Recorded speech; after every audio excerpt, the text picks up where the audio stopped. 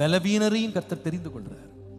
எதுக்கு தெரியுமா? பலமுள்ளவர்களையே அவமாக்கும்படி இந்த உலகத்துல பலவீனம் உள்ளவர்களை கர்த்தர் தெரிந்தெடுக்கிறார். சில வெளியில நான் கவனிச்சிருக்கேன், நல்ல சுகமா இருக்கவங்க செய்ய முடியாத ஊழியத்தை கூட கர்த்தர் வியாதியில் இருக்கிறவங்களை கொண்டு கர்த்தர் செஞ்சு முடிச்சுட்டு போயிருக்கிறாரு. அவர் சுகமாக்க முடியாமலாம் இல்லை, ஆனா அது வச்சதுக்கு ஒரு நோக்கம் இருந்திருக்கு. ஏன்னா அது ஒரு பஃபர் மாதிரி இருந்திருக்கு.